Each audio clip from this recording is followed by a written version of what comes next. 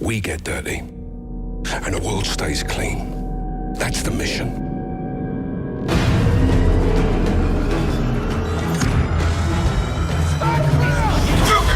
Where's Markov? You can't know war unless you have fought arse over elbow in some shitbog full of traps.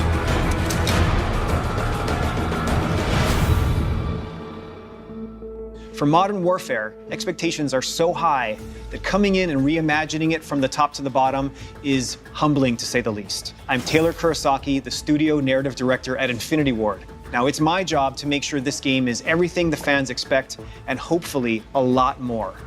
Today, I have an opportunity to sit down and chat with someone who has a similar challenge and responsibility, and that is Barry Sloan, the guy that's bringing to life one of the most beloved characters in the Call of Duty series. Thanks for being here. Of course, mate. It's a pleasure. What was it like for you to be put into this role, and how does that relate to your experiences of playing Call of Duty in the past?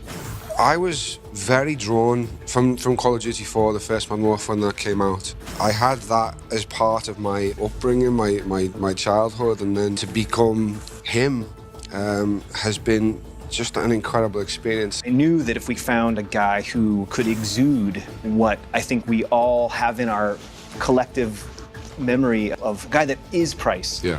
the ceiling would be way higher. And I think that's what we got with you. And obviously I wasn't aware because you weren't saying it was Captain Price. You were just saying, I can't remember the name on the audition, but it was Commander Sykes. Yeah. I knew in that moment, I felt like, okay, this is the guy. This is our Price. I wanted to be able to drop your voice into a real thing that we were working on. Okay. And so I couldn't have you say, under my command, Exactly, yeah. Commander Sykes. Yeah, exactly. Yeah. So I crossed out Commander Sykes, and I probably shouldn't have done this. It's probably a total breach of protocol I and enjoyed it. whatever. But I just wanted to hear your voice saying those words. Yeah. So I crossed it out, Yeah. and I wrote, under my command, Captain John Price. Price. Yeah. And I do remember saying, oh, that's a name drop. Right there, that second, I was like, okay, here we go. Under my command, Captain John Price, you will have full execute authority.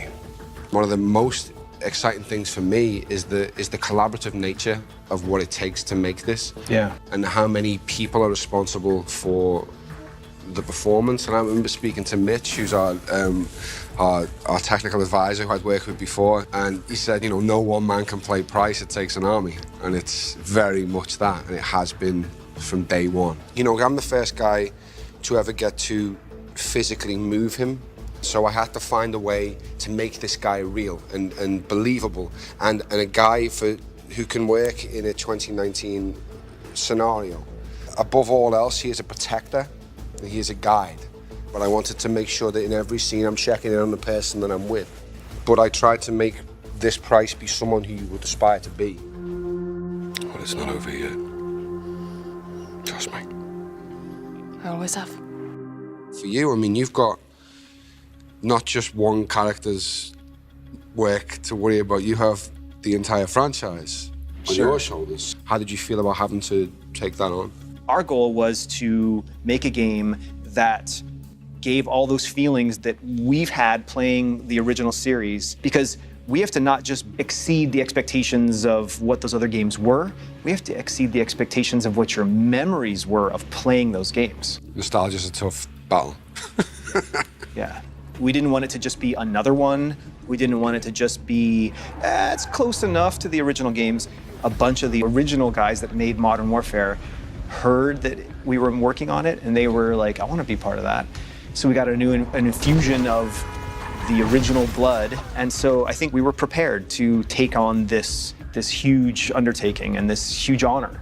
As someone who is a fan of gaming, who plays, although I'm filming it, I'm still not part of the process of making them. You've taken what was the acceptable level in this genre and put it somewhere that people are now going to have to try and get close to, because it's blown my mind what I've seen. I didn't expect it to look as incredible as it does. It's really, really special. When can you breathe?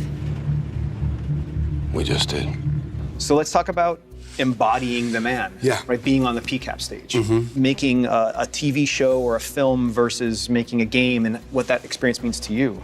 There's much more parallels to theatre and video game because you're being asked to dispel belief in a similar way. You know what I mean? It's like you know you're going into a make-believe world quite clearly. You're separated from it, but your brain allows you to believe aspects are real.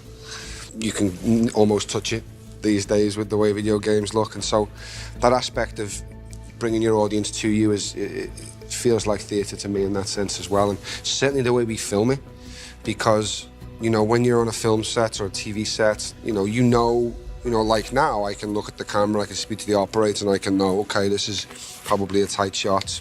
Hopefully I'm getting it right somewhere around here to about here. I know I've got about this much space, and then my frame cuts off, so I can manage my shot or my performance for that particular shot. But when we shoot PCAP, we have the whole room.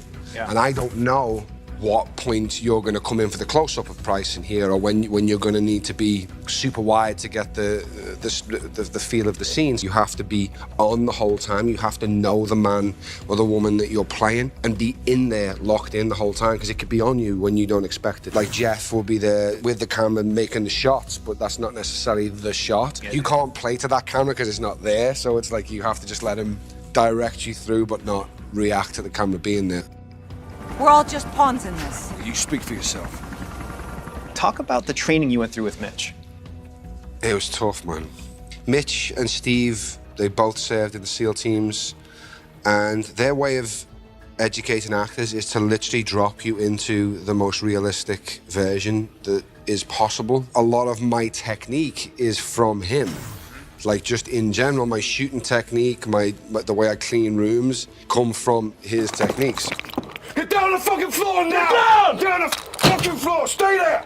I mean, the war genre in general, it's a source of pressure. Yeah. For characters, right? You know this better than anyone, that pressure reveals character. And that's what we try to put our characters under pressure, so that they're forced to evolve. They're forced to overcome that obstacle and get out of their comfort zone. And so for us as creators to work in that genre, that's part of making Call of Duty, and to not only empathize with characters who are put under pressure and have to reveal their true nature, and to be forced to make those kinds of choices, and to do the thing that Mitch and Steve and those guys always say, which is to operate perfectly in an imperfect situation. But now you go, here's the controller. Yeah, now you try. Good luck. Yeah. It's been an honor working with you, man, and I hope we get to keep working together in the future. That's it, mate. Absolutely. Yeah. Where do we draw the line, sir? You draw the line wherever you need it, Sergeant.